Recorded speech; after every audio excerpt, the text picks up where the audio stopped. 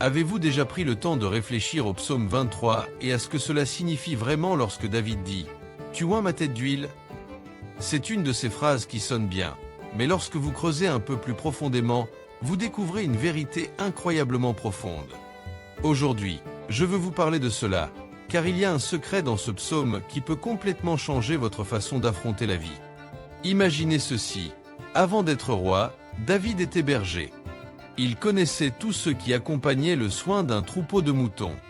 L'une des choses que beaucoup de gens ignorent est que les moutons avaient souvent un gros problème en broutant, les mouches. Oui, les mouches. Cela peut sembler insignifiant, mais pour les moutons, c'était terrible. Ces mouches ne se contentaient pas de voler autour d'eux, elles entraient parfois dans leur nez et leurs oreilles. Mais ce n'est pas tout, les mouches y pondraient des œufs qui devenaient des larves, lesquelles dévoraient littéralement leur cerveau. Imaginez la douleur et le désespoir de ces pauvres moutons. Alors, que faisaient-ils dans leur détresse ? Ils se mettaient à frapper leur tête contre des rochers ou d'autres objets dans une tentative désespérée de soulager leur douleur. Mais souvent, les moutons finissaient par se blesser encore plus, voire par mourir. C'est là qu'intervient le berger, et ce détail est important. Le berger savait quoi faire.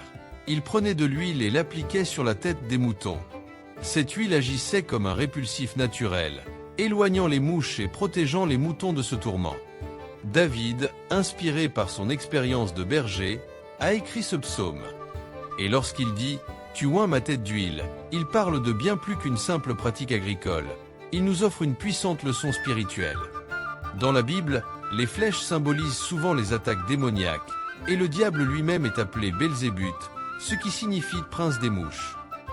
Ainsi, si vous y réfléchissez, les moutons et leurs mouches sont une parfaite métaphore de ce qui se passe en nous et dans nos esprits. L'ennemi essaie toujours d'attaquer notre esprit en premier. S'il peut y pénétrer, il commence à influencer nos émotions, nos décisions et finalement nos actions. Tout commence dans l'esprit. C'est pourquoi David demande à être oint d'huile. Dans la Bible, l'huile symbolise le Saint-Esprit. Et ce que David dit, c'est « Seigneur, protège mon esprit. Protège-moi de ces attaques qui cherchent à me détruire. » Parce que lorsque nous permettons au Saint-Esprit d'oindre nos esprits, nous créons une barrière contre les attaques de l'ennemi. Et la vérité, c'est que nous avons besoin de cette huile maintenant plus que jamais. Je vous invite à rester jusqu'à la fin de cette vidéo, car j'offrirai une prière puissante que vous ne voudrez pas manquer.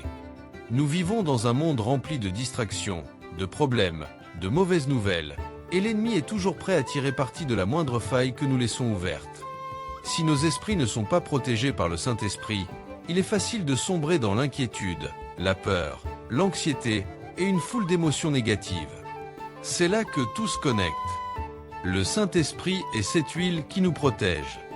Avez-vous déjà ressenti un flot de pensées négatives qui ne vous laissent pas tranquille ? Ces pensées ressemblent aux mouches sur la tête des moutons. Elles entrent et commencent à nous ronger de l'intérieur. Si nous ne nous couvrons pas de l'huile de l'esprit, nous finissons comme ces moutons, frappant nos têtes contre des rochers, cherchant un soulagement dans des endroits qui ne nous l'apporteront pas. Pensez au moment où vous avez cherché un soulagement dans des choses du monde. Parfois, nous nous tournons vers des distractions comme les réseaux sociaux, le divertissement, la nourriture, ou même des relations, espérant qu'elles nous feront sentir mieux. Mais comme les moutons, nous finissons par nous faire encore plus de mal. Seul le Saint-Esprit peut nous apporter la paix et la protection dont nous avons réellement besoin. Alors, comment recevoir l'onction dont parle David ? Ce n'est pas compliqué. Il s'agit de vivre une vie dans l'Esprit. Cela ne signifie pas être parfait ou ne pas avoir de problème, mais apprendre à marcher quotidiennement avec Dieu, permettant au Saint-Esprit de renouveler nos esprits et de nous protéger de ses attaques. Dans Philippiens 2h5, il est dit « Ayez en vous les sentiments qui étaient en Jésus-Christ ». En d'autres termes, nous devons apprendre à penser comme Jésus, à voir les choses comme lui. Et cela n'est possible que lorsque nous laissons le Saint-Esprit oindre nos esprits avec son huile. Mais je veux être honnête avec vous, ce n'est pas quelque chose qui se produit du jour au lendemain. C'est un processus quotidien.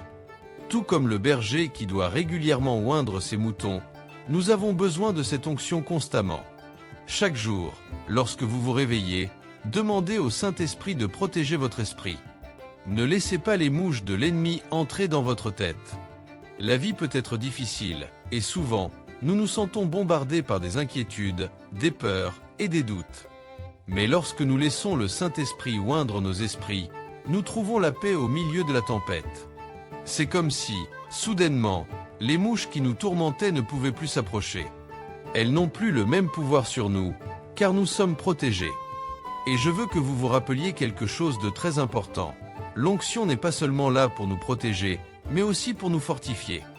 Lorsque le Saint-Esprit nous oint, il ne se contente pas de nous défendre contre les attaques de l'ennemi. Il nous donne aussi la puissance de progresser, de surmonter tous les obstacles que nous rencontrons. Ne laissez pas l'ennemi détruire votre vie à travers des émotions ou des pensées négatives. Permettez au Saint-Esprit d'oindre votre esprit, de protéger votre cœur, et vous verrez comment vous commencerez à vivre avec paix et un but, peu importe la grandeur du combat. Dieu est toujours en contrôle. Laissez-moi prier pour vous. Père Céleste, je viens devant toi aujourd'hui en élevant mon frère ou ma sœur qui écoute cette prière. Tu vois chaque défi qu'ils affrontent, chaque bataille qu'ils livrent, et chaque fardeau qui pèse sur leur cœur. Tu connais les pensées qui essaient de leur voler la paix et les doutes que l'ennemi a tenté de planter dans leur esprit. Seigneur, tu les connais mieux que quiconque, et je te demande en ce moment d'intervenir dans leur vie. Seigneur, je te demande que ton Saint-Esprit les couvre de la tête aux pieds. Tout comme un berger oint ses moutons avec de l'huile pour les protéger du mal, laisse ton huile de protection et de paix couler sur leur esprit et leur cœur, les gardant de toute inquiétude, peur et anxiété. Au nom de Jésus, je déclare que ces pensées négatives soient retirées, et à leur place, que ta vérité règne. Renouvelle leur esprit chaque jour, Père, par la puissance de ta parole et de ton esprit. Seigneur, rappelle-leur qu'ils ne sont jamais seuls. Tu es leur bon berger, toujours en train de veiller sur eux, de prendre soin d'eux, de pourvoir à leurs besoins. Au milieu de n'importe quelle tempête ou difficulté, qu'ils trouvent refuge dans ta présence, sachant que tu es leur protecteur et leur guide. Fortifie-les, Seigneur, pour qu'ils ne cherchent pas de réconfort dans des endroits inappropriés, mais qu'ils se tournent vers toi, en ayant confiance que tu as le contrôle de chaque situation qu'ils rencontrent. Je te remercie, Père, parce que je sais que tu agis dans leur vie en ce moment. Tu apportes la paix là où il y avait le chaos, la clarté là où il y avait la confusion, et la force là où il y avait la faiblesse. Qu'ils ressentent ta présence avec eux chaque matin lorsqu'ils se réveillent et qu'ils portent ta paix et ta protection tout au long de leur journée. Je te remercie pour ton amour, ta provision et ta présence constante dans leur vie. Au nom puissant de Jésus, je prie. Amen.